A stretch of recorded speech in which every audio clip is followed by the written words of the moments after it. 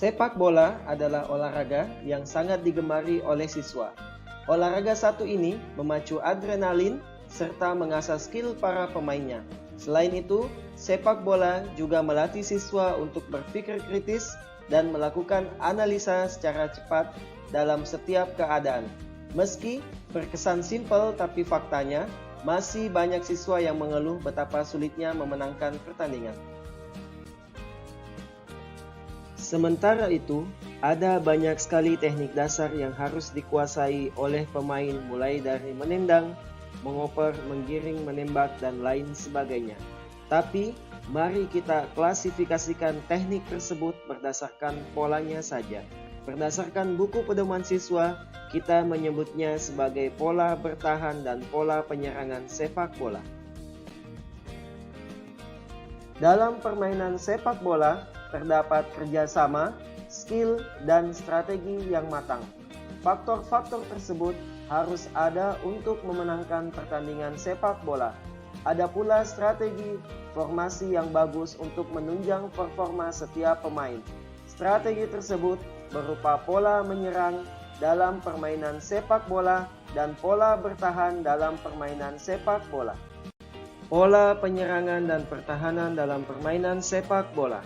Menguasai teknik dasar sudah menjadi kewajiban bagi seorang pemain profesional. Lewat penguasaan tersebut, berpadu dengan strategi akan menciptakan sinergitas yang mantap dalam permainan sepak bola. Nah, pola penyerangan dan pertahanan sepak bola merupakan dua aspek yang tidak boleh dilewatkan. Karena dengan mengatur pola permainan itulah kita bisa menguasai jalannya pertandingan. Teknik menyerang maupun teknik bertahan memang harus diperhitungkan secara matang dan terstruktur. Pasalnya, pola penyerangan sepak bola memiliki tujuan untuk mencetak gol sebanyak mungkin atas lawan. Sedangkan pola pertahanan dalam sepak bola memegang peran penting untuk melindungi gawang sendiri agar tidak kebobolan. Dua aspek yang saling bertentangan tersebut memang tidak bisa dipisahkan karena punya tujuan yang sama, yakni memenangkan tim masing-masing. 1. Pola penyerangan permainan sepak bola. Pembahasan yang pertama ialah pola penyerangan dalam permainan sepak bola. Pola penyerangan sepak bola merupakan strategi yang disusun untuk menyerang daerah lawan dan memasukkan bola ke gawang lawan agar tercipta sebuah poin atau angka. Pola penyerangan ini memiliki tujuan agar terjadi sebuah gol dalam jumlah yang banyak sehingga permainan sepak bola dapat dimenangkan. Pola penyerangan dalam permainan sepak bola akan berjalan dengan baik apabila daya tahan maupun stamina setiap pemain kuat.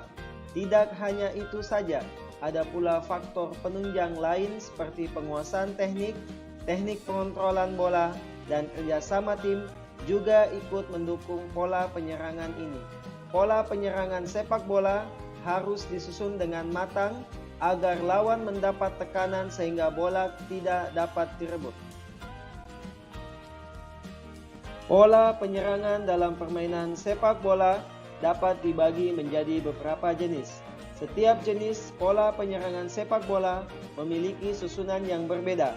Setiap jenis pola memiliki kegunaan masing-masing. 1. Pola gerakan tersusun. Gerakan tersusun merupakan jenis pola penyerangan sepak bola yang disusun menurut posisi pemainnya.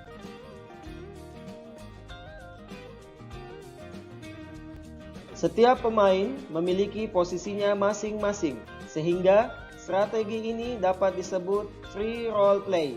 Contohnya, seorang pemain berada dalam posisi gelandang tengah, maka tugasnya berada di area tengah lapangan, sehingga ia tidak boleh meninggalkan tempatnya tersebut. Dengan posisinya tersebut, ia tidak dapat mundur ke belakang ataupun maju ke depan.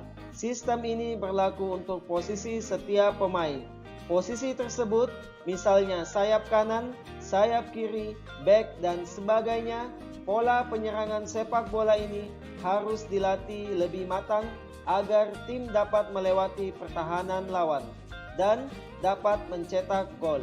Pola yang harus diperhatikan meliputi tendangan penjuru, tendangan bebas, tendangan pertama ataupun lemparan ke dalam.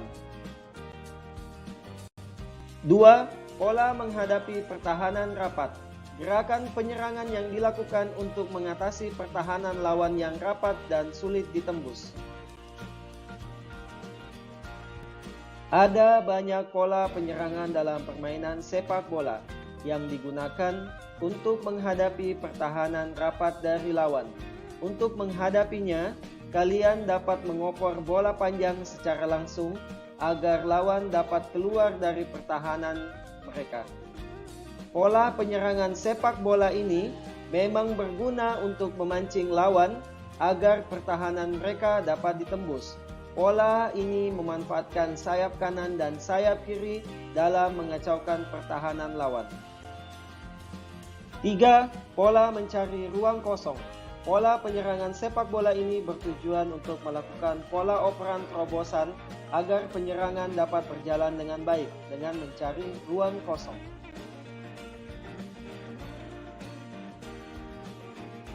Menyusun pola serangan memerlukan beberapa hal seperti pemain yang membantu serangan tersebut, pemain yang dapat mengatur serangan, pemain yang dapat memancing lawan agar daerah lawan dapat diterobos, dan adanya pemain yang bertugas mencetak gol. Hal-hal tersebut diperlukan agar penyerangan dapat dikombinasikan dengan baik. Selain itu, pemain juga harus pintar memahami kelemahan dari pemain lawan. 2. Tipe formasi penyerangan permainan sepak bola. Formasi dalam permainan sepak bola dapat diartikan sebagai cara seorang pelatih dalam menempatkan posisi pemainnya dalam susunan dan strategi untuk memainkan permainan dalam tim. 1. Pola 4-3-3. Formasi 4-3-3 banyak dipakai oleh para klub sepak bola karena efisien dalam bertahan maupun menyerang. Formasi sepak bola, pola penyerangan ini terdiri dari 4 pemain bek, 3 pemain gelandang, dan 3 pemain penyerang. Di bagian belakang formasi terdapat 1 pemain yang bertugas sebagai bek kanan, 2 pemain yang bertugas sebagai poros halang, dan 1 pemain yang bertugas sebagai bek kiri.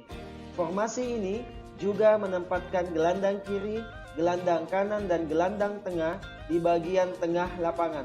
Selanjutnya, bagian depan formasi terdapat penyerang kiri, penyerang kanan, dan penyerang tengah. 2. Pola 4-2-4. Ada banyak pola penyerangan dalam permainan sepak bola yang digunakan untuk menghadapi pertahanan rapat dari lawan. Untuk menghadapinya, kalian dapat mengoper bola panjang secara langsung agar lawan dapat keluar dari pertahanan mereka. Pola penyerangan sepak bola ini memang berguna untuk memancing lawan agar pertahanan mereka dapat ditembus. Pola ini memanfaatkan sayap kanan dan sayap kiri dalam mengacaukan pertahanan lawan. 3. Pola 3-2-5. Pola penyerangan ini terdiri dari 3 orang pemain belakang, 2 orang pemain tengah, dan 5 orang pemain depan. 3 orang pemain belakang terdiri atas bek kanan, libero, dan bek kiri. 2 pemain tengah terdiri atas gelandang kanan dan gelandang kiri. 5 orang pemain depan terdiri atas penyerang kanan luar dan kanan dalam, penyerang kiri dalam, dan kiri luar, serta penyerang tengah.